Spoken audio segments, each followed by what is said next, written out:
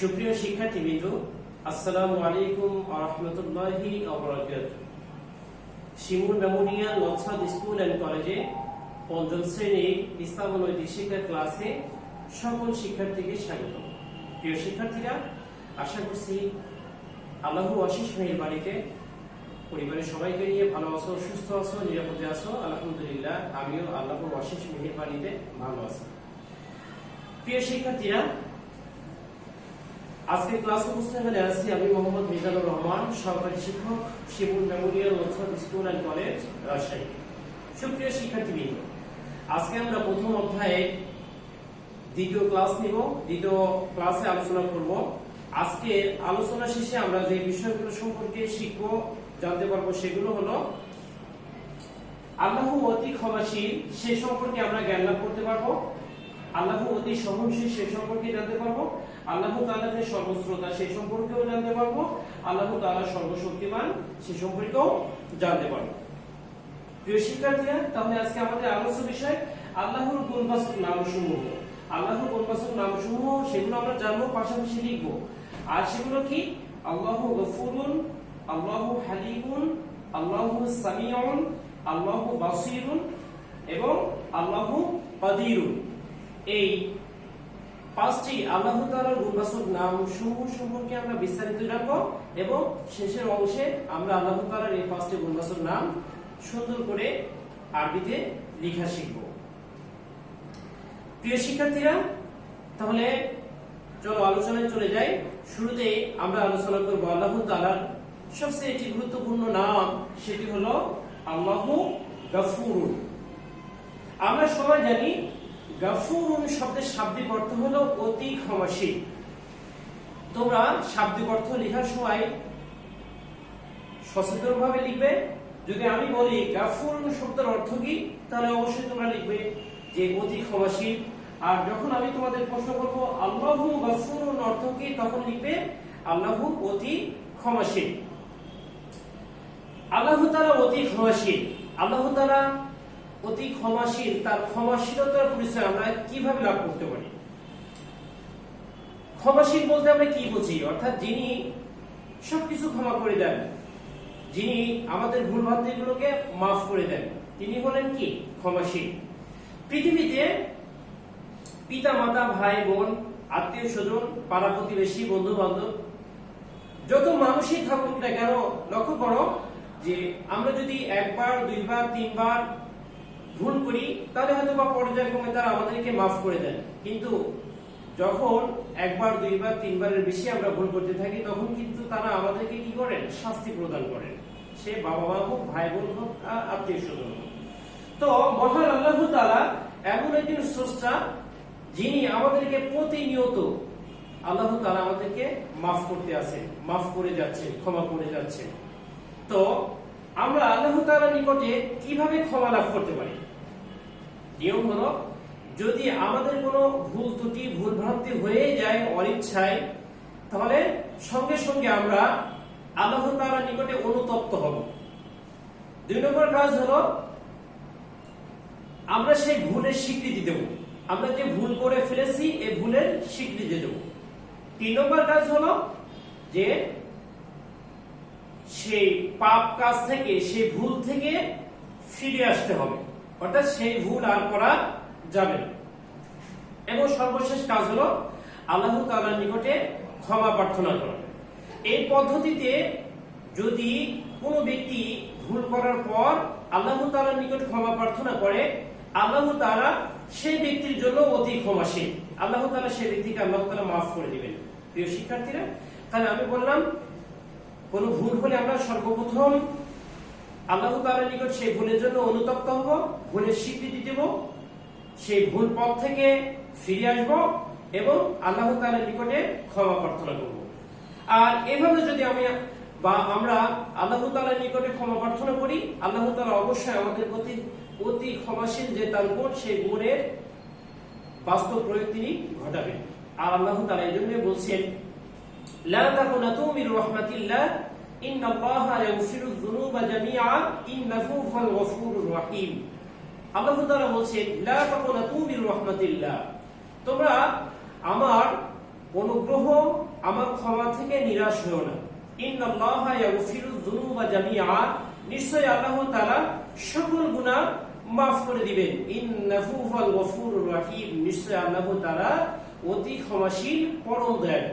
প্রিয় শিক্ষার্থীরা, তাহলে মহান আল্লাহ তাআলার এই বাণী থেকে আমরা স্পষ্ট হলাম যে আমরা যতই গুনাহ করি না কেন, যদি আমরা সেই গুনাহে আমরা অনুতপ্ত হই, স্বীকৃতি দিই, সেই গুনাহ থেকে ফিরে আসি, আল্লাহ তাআলার নিকট ক্ষমা প্রার্থনা করি, মহান আল্লাহ তাআলা অবশ্যই আমাদেরকে ক্ষমা করে দিবেন।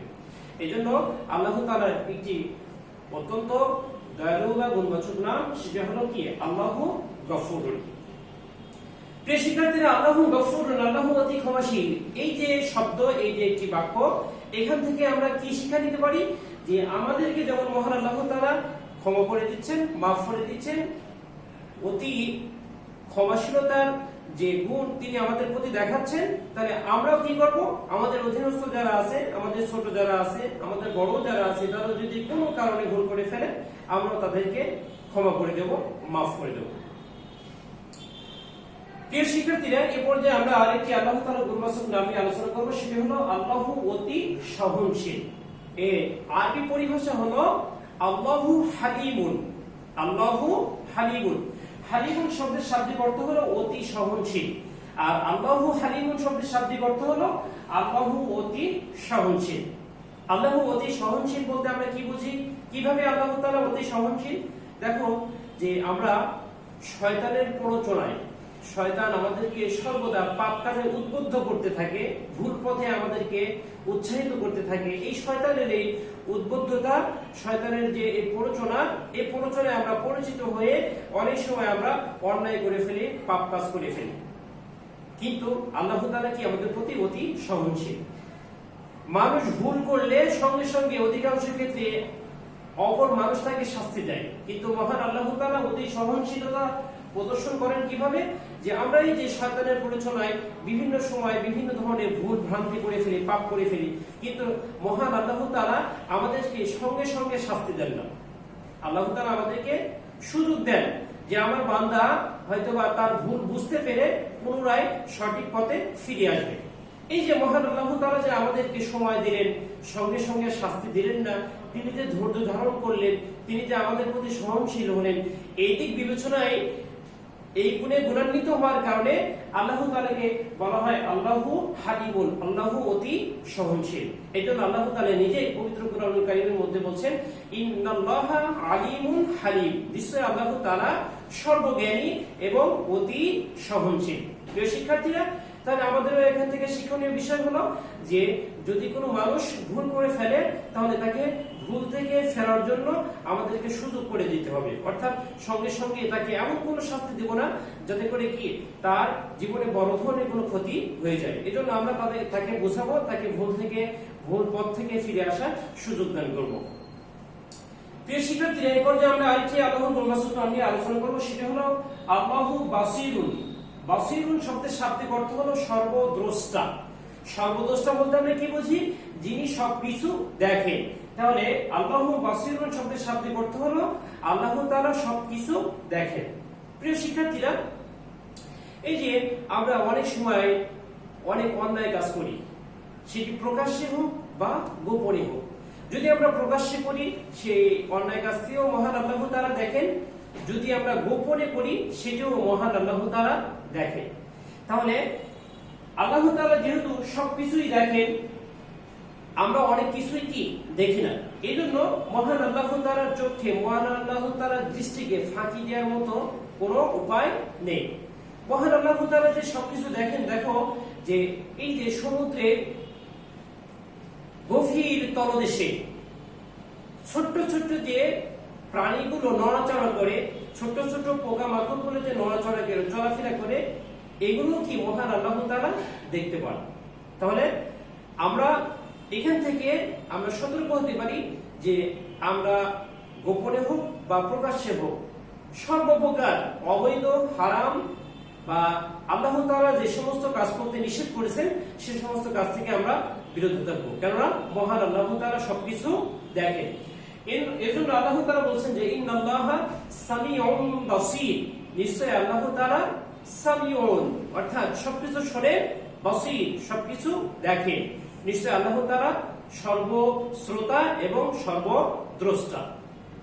তাহলে প্রিয় শিক্ষার্থীরা, আমরা জানলাম যে আল্লাহ তাআলা কি সর্বশ্রোতা এবং সর্বদ্রষ্টা। এজন্য অবশ্যই আমরা যাবতীয় অন-ইসলামিক কাজগুলো থেকে বিরত থাকব। প্রিয় শিক্ষার্থীরা, সর্বশেষ আমরা একটি আল্লাহ তাআলার গুণবাচক নাম নিয়ে আলোচনা করব, সেটি হলো আল্লাহু কাদিরুন। কাদিরুন শব্দের শাব্দিক অর্থ হলো সর্বশক্তিমান। কাদিরুন শব্দের শাব্দিক অর্থ হলো সর্বশক্তিমান। আর আল্লাহু কাদিরুন শব্দের শাব্দিক অর্থ হলো আল্লাহ তাআলা বলেন সর্বশক্তিমান। আল্লাহ তাআলা কিভাবে সর্বশক্তিমান? প্রিয় শিক্ষার্থীরা, লক্ষ্য করো যে আমরা এই যে আকাশ ও পৃথিবী, অর্থাৎ আসমান এবং জমিনের মাঝখানে যা কিছু আছে সমস্ত কিছুই আল্লাহ তাআলার শক্তির অধীন। কোন শক্তি কি মহান আল্লাহ তাআলার শক্তিকে কি পরাজিত করতে পারেন না। অর্থাৎ গ্রহ, চন্দ্র, নক্ষত্র, তারকারাজি, পাহাড়, পর্বত, গাছপালা, নদী, নালা, আসমান এবং জমিনের মাঝে যা কিছু আছে সমস্ত কিছু তিনি পরিচালনা করেন। সমস্ত কিছুই তার শক্তি অধীন। কোন শক্তি কি তার সাথে প্রতিযোগিতায় লিপ্ত হতে পারে না। এই জন্য আল্লাহ তাআলার অন্যতম একটি গুণবাচক নাম হলো আল্লাহ তাআলা সর্বশক্তিমান, আল্লাহু কাদির। তাহলে প্রিয় শিক্ষার্থীরা, আমরা সর্ব অবস্থায় যে সর্বশক্তিমান তার উপরে ভরসা করব। আমরা তার সৃষ্টি জীবের উপরে কি ভরসা করব না। কেননা যে সৃষ্টি করেছেন তিনি সর্বশক্তিমান, তিনি সবকিছুর মালিক, তিনি সবকিছু করার ক্ষমতা রাখেন। বিধায় তার সৃষ্টি জীবের উপর আমরা ভরসা না করে যিনি সৃষ্টি করেছেন তার উপর আমরা ভরসা করব, তার শক্তির উপরে কি আমরা ভরসা করব, তার সাহায্য আমরা কামনা করব। প্রিয় শিক্ষার্থীরা, এই জন্য মহান আল্লাহ তাআলা বলছেন ইন্নাকা আলা কুল্লি শাইইন কাদির। নিশ্চয়ই আল্লাহ তাআলা সর্ববিষয়ের উপরে সর্বশক্তিমান। অর্থাৎ যত শক্তি আছে সব শক্তির উপর তিনি সর্বশক্তিমান। যত ক্ষমতাবান আছে সব ক্ষমতাবানের উপর তিনি ক্ষমতাবান। এজন্য সর্ব অবস্থায় আমরা রিজিক চাইলে আল্লাহ তাআলার কাছে চাইবো, আমরা সুস্থতা চাইলে আল্লাহ তাআলার কাছে চাইবো, আমরা মেধা বৃদ্ধি চাইলে আমরা আল্লাহ তাআলার কাছে চাইবো, কোনো মাজারে গিয়ে চাইবো না। আমরা যদি কোনো বিপদে পড়ি সেই বিপদ থেকে উদ্ধারের জন্য কার কাছে সাহায্য প্রার্থনা করবো? আমরা আল্লাহ তাআলার কাছে সাহায্য প্রার্থনা করবো। কেননা তিনি প্রত্যেকটি বিষয়ের উপরে সর্বশক্তিমান। এমন কোনো বিষয় নেই যে সে বিষয়ের উপরে তিনি শক্তি প্রয়োগ করতে পারেন না। এই জন্য সর্ব অবস্থায় আমরা আল্লাহ তাআলার উপর ভরসা করব, আল্লাহ তাআলাকে সর্বশক্তিমান হিসেবে মানব, আল্লাহ তাআলাকে সর্ব বিষয়ের উপরে সর্বশক্তিমান হিসেবে মানব। প্রিয় শিক্ষার্থীরা, সর্বশেষ একটি বিষয় আলোচনা করব, সেটা হলো আল্লাহু সামিউন। সামিউন শব্দের শাব্দিক অর্থ হলো সর্বশ্রোতা। আর আল্লাহু সামিউন শব্দের শাব্দিক অর্থ হলো আল্লাহু সর্বশ্রোতা। প্রিয় শিক্ষার্থীরা, আল্লাহ তাআলা হলেন এমন এক সর্বশ্রোতা যিনি প্রকাশ্যে যা কিছু বলি সেগুলো তিনি শ্রবণ করতে পারেন, যেগুলো আমরা গোপনে বলি, মানুষের অনুপস্থিতিতে বলি, সেগুলো তিনি কি শ্রবণ করতে পারেন, শুনতে পারেন। এ থেকে আমাদের শিক্ষণীয় ব্যাপার কি, বিষয় কি? শিক্ষণীয় বিষয় হলো আমরা সর্ব অবস্থায় কথা বলার সময় আমরা সাবধানতা অবলম্বন করব। কেমন? আমরা মিথ্যা কথা বলবো না, আমরা পরনিন্দা করব না, আমরা পরচর্চা করব না, আমরা কাউকে গালি দিব না, আমরা কারোর সাথে ওয়াদা ভঙ্গ করব না। কেন করবো না এগুলো? যে হয়তোবা মানুষের সাথে প্রতারণা করা যাবে, মানুষের সাথে ওয়াদা ভঙ্গ করা যাবে, মানুষের পরনিন্দা করা যাবে, মানুষকে অনুপস্থিতিতে গালি দেওয়া যাবে, কিন্তু কেউ না শুনলেও কে শুনবেন? মহান আল্লাহ তাআলা, তাই না?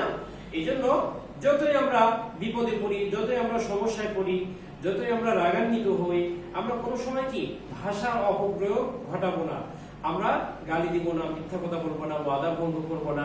ঠিক আছে? এমনকি মনেও কি আমরা এগুলো বলবো না। কেননা আল্লাহ তাআলা অন্তরের অন্তঃস্থলে মানুষ যে কল্পনা করে সেগুলো কি আল্লাহ তাআলা শুনতে পান, আল্লাহ তাআলা খবর রাখেন।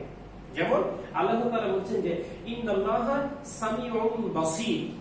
ইন্নাল্লাহা সামিউন বাসীর, নিশ্চয়ই আল্লাহ তাআলা সর্বশ্রোতা, সর্বদ্রষ্টা। ইন্নাল্লাহা সামিউন আলিম, নিশ্চয়ই আল্লাহ তাআলা সর্বশ্রোতা এবং সর্ব বিষয়ে কি অবগত থাকেন। তাহলে আমরা যেহেতু আল্লাহ তাআলার দৃষ্টির বাহিরে নয়, আল্লাহ তাআলার শ্রম শক্তির বাহিরে নয়, বিধায় আমরা যাই করি না কেন, যাই বলি না কেন, আল্লাহ তাআলা অবশ্যই সেগুলো কি শুনতে পাবে। এজন্য আমরা যাবতীয় খারাপ কাজ, খারাপ কথা বলা থেকে আমরা কি বিরত থাকবো। প্রিয় শিক্ষার্থীরা, তাহলে আমরা আল্লাহ তাআলার পাঁচটি গুণবাচক নাম বিস্তারিত আলোচনা করলাম। তোমাদের একটি প্রশ্ন এসে থাকে যে আল্লাহ তাআলার পাঁচটি গুণবাচক নাম বাংলা অর্থ সহ আরবিতে লিখো। প্রিয় শিক্ষার্থীরা, তাহলে তোমরা খাতা এবং কলম নিয়ে রেডি হয়ে যাও। আমরা হোয়াইট বোর্ডে এখন আল্লাহ তাআলার পাঁচটি গুণবাচক নাম লেখা শিখব। প্রিয় শিক্ষার্থীরা, তাহলে আমরা আল্লাহ তাআলার পাঁচটি গুণবাচক নাম লেখা শিখব। আমরা সবাই জানি যে আল্লাহ লিখতে 4টি আলিফ লাগে, তাই না? 4টি আলিফ আমরা লিখে ফেলি, খুবই সহজ। একটি আলিফ, দুইটি, তিনটি, 4টি। মাঝখানে আলিফটা একটু ছোট্ট করে দেবো, ঠিক আছে? তাহলে প্রথম আলিফটা থেকে গেল, এখন দ্বিতীয় আলিফটিকে আমরা তৃতীয়টির সঙ্গে মিশিয়ে দিই, আর তৃতীয়টিকে আমরা চতুর্থটির সঙ্গে মিশিয়ে দিলাম। তাহলে প্রিয় শিক্ষার্থীরা, এ পর্যায়ে আমরা হা বানাই। দেখো, এই আলিফের মাথা থেকে এভাবে ঘুরিয়ে দিলে কি হয়ে গেল? হা হয়ে গেল। এখন আমরা জের জবর দিই, হামজা জবর আ, উপরে তাসদীদ দিই, হামজা লাম জবর আল, লাম খারা জবর লা, হা পেশ হু, আল্লাহু। আচ্ছা, আল্লাহর পরে আমরা লিখবো এখন গাফুরুন। তাহলে গাফুরুন লিখতে হলে আমরা কি লিখবো? গয়েন। তাহলে গয়েনটি এই যে এভাবে লিখবো আমরা, উপরে একটি নোক্তা দিলে কি হলো? গয়েন। আর এখন আমরা ফা লিখবো। ফা লেখা খুবই সহজ। দেখো, এভাবে নিয়ে একটু উপরে নিয়ে এভাবে নিচের দিকে ঘুরিয়ে নিয়ে আসলাম, আর উপরে একটি নোক্তা দিলাম, তাহলে কি হলো? ফা। তাহলে গয়েন, ফা। এরপর লিখবো আমরা ওয়াও। ওয়াও লেখা খুবই সহজ, এই যে ওয়াও, সহজ হয়ে গেল। তাহলে আমরা এখান থেকে এভাবে ঘুরিয়ে দিলে কি হয়ে গেল? ওয়াও। তাহলে গয়েন, ফা, ওয়াও। আর সর্বশেষ লিখবো আমরা র। তাহলে গফুরুন। এবার জের জবর দিই, গয়েন জবর গ, ফা ওয়াও পেশ ফু, র দুই পেশ রুন, গফুরুন। তাহলে কি হলো? আল্লাহু গফুরুন। আল্লাহ তাআলা হলেন অতি ক্ষমাশীল। প্রিয় শিক্ষার্থীরা, আশা করছি তোমরাও পেরেছো লিখতে। এরপর যে আমরা আবার লিখি আল্লাহু। আল্লাহু লেখা খুবই সহজ। প্রথমে বোঝানোর জন্য লিখলাম, এবারে একসঙ্গে লিখি আমরা। হামজা লাম জবর আল, লাম খারা জবর লা, হা পেশ হু, আল্লাহু। এ পর্যায়ে আমরা লিখব হালিমুন। তাহলে হা কেমন হয়? হা কয়েক রকম হয়। এই যে এরকম একটা হাও লেখা যায়, তারপরে আর এক রকম হা লেখা যায়, এটাও কি হা। তাহলে আমরা এটা লিখব, যেহেতু যুক্ত বর্ণ লিখবো, এই জন্য এই হাটি লিখবো আমরা। তাহলে হা লেখা তোমাদের জন্য আরো সহজ করে দিই। তোমরা এভাবে একটি দাগ দাও, দেওয়ার পর এই মাথা থেকে এভাবে একটু খাড়া করে দাও, দেওয়ার পরে এভাবে একটু বাঁকা করে দাও। তাহলে কি হয়ে গেল? হা। হার সঙ্গে আমরা আলিফ যুক্ত করি একটা, তাহলে লাম হয়ে যাবে। এই যে হা, আর এটি কি? লাম। এরপর কি যুক্ত করবো আমরা? ইয়া। দেখো, ইয়া, হালি। আর এরপর সর্বশেষ কি লিখবো আমরা? মিম লিখবো, ঠিক আছে? তাহলে এই যে মিম হয়ে গেল। এখন আমরা জের জবর দিই, হা জবর হা, লামিয়া যে লি, মিম দুই পেশ মুন, হালিমুন। তাহলে আল্লাহু হালিমুন। এরপর যে আমরা লিখবো আল্লাহু সামিউন। আল্লাহ শব্দটি একসঙ্গে লিখে ফেলি, হামজা লাম জবর আল, লাম খারা জবর লা, হা পেশ হু, আল্লাহু সামিউন। সিন, তোমরা সিন লেখা খুবই সহজ, তোমরা জানো যে সিন কেমন ভাবে লিখতে হয়, এভাবে লিখতে হয়, তাই না? কিন্তু যখন আমরা যুক্ত বর্ণ লিখবো, তখন আমরা এই বড় মাথাটি দেব না, এভাবে যুক্ত বর্ণ লিখে ফেলবো, ঠিক আছে? তাহলে আমরা সামিউনটি লিখি। সিনের তিনটি মাথা, এই যে সিন, এরপরে আবার এইভাবে আরেকটি দেব, এটি হলো মিম। আবার এভাবে দেব একটি, এটি হলো ইয়া। আর সর্বশেষ আমরা লিখব আইন। আইন কয়েক রকম লিখা যায়, এটা হলো আইন। তারপরে এভাবে লিখলেও হয় আইন। তারপরে যুক্ত বর্ণ লেখার ক্ষেত্রে এভাবে লিখলেও কি আইন। ঠিক আছে, তাহলে আমরা যেহেতু যুক্ত বর্ণ লিখছি এজন্য আমরা এভাবে লিখলাম। এখন আমরা যে জবর দিই, সিন জবর সা, মিম ইয়াজের মি, আইন দুই পেশ, উন, সামি উন, আল্লাহু সামি উন। এরপর আমরা লিখব আল্লাহু বাসিরুন।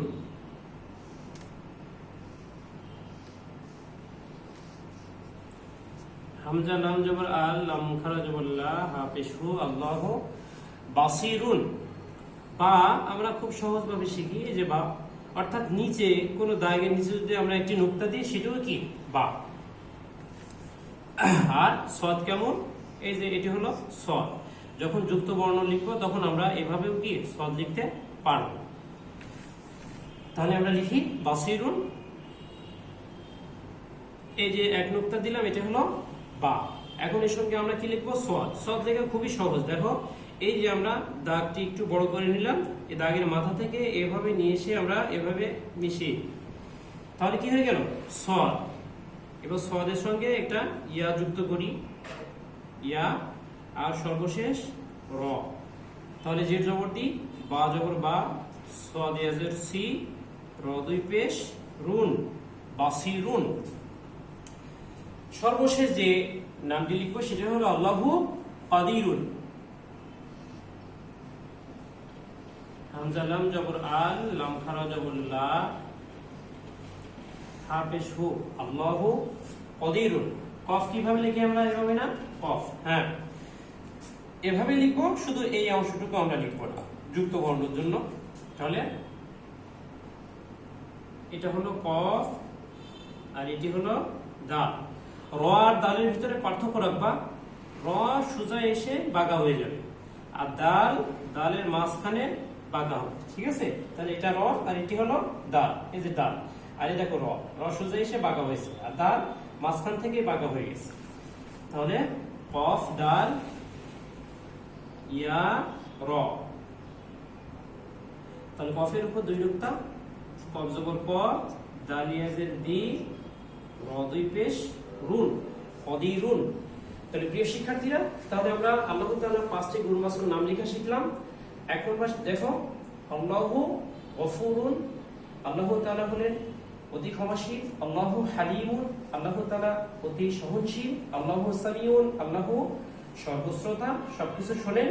আল্লাহু বাসীরুন, আল্লাহ সর্বদ্রষ্টা, সবকিছু দেখেন। এবং সর্বশেষ আল্লাহু কাদিরুন, আল্লাহ তাআলা হলেন সর্বশক্তিমান। প্রিয় শিক্ষার্থীরা, তাহলে চলো আমরা প্রজেক্টরে চলে যাই। প্রিয় শিক্ষার্থীরা, তাহলে দীর্ঘ সময় আমরা আলোচনা করলাম, এ পর্যায়ে আসি আমরা মূল্যায়ন। তোমাদের জন্য মূল্যায়নের প্রশ্ন রয়েছে, লক্ষ্য করো। আল্লাহু গাফুরুন অর্থ কি? গাফুরুন অর্থ অতি ক্ষমাশীল, তাহলে আল্লাহু গাফুরুন অর্থ আল্লাহু অতি ক্ষমাশীল। হালিমুন শব্দের অর্থ কি? হালিমুন শব্দের শাব্দিক অর্থ হলো অতি সহনশীল। পৃথিবীর সবকিছু কার শক্তির অধীন? পৃথিবীর সবকিছু মহান আল্লাহ তাআলার অধীন। নিশ্চয়ই আল্লাহ সব শোনেন, সব দেখেন। বাণীটি কোন সূরা? বাণীটি সূরা লুকমানের। মানুষ কার প্ররোচনায় পড়ে অন্যায় করে ফেলে? মানুষ শয়তানের প্ররোচনায় পড়ে অন্যায় করে ফেলে। প্রিয় শিক্ষার্থীরা, তাহলে আজকে এই ক্লাসের পর আগামী দিন তোমাদের টপলেস 2 হবে। তোমাদের জন্য বড় প্রশ্ন থাকছে, অনুশীলনী 4 এবং 5, এবং আলোচনার ভিতর থেকে ছোট প্রশ্ন থাকবে পড়ার ভিতর থেকে। সুপ্রিয় শিক্ষার্থী, কিন্তু আশা করছি আজকে ক্লাসটি আরো ভাষায় সুন্দরভাবে চর্চা করবে, আরবি লিখা গুলো সুন্দরভাবে প্র্যাকটিস করবে। হয়তো তোমাদের লিখতে প্রথম পর্যায়ে কষ্ট হবে বা ভয় পাচ্ছ, কিন্তু ভয়ের কিছুই নেই।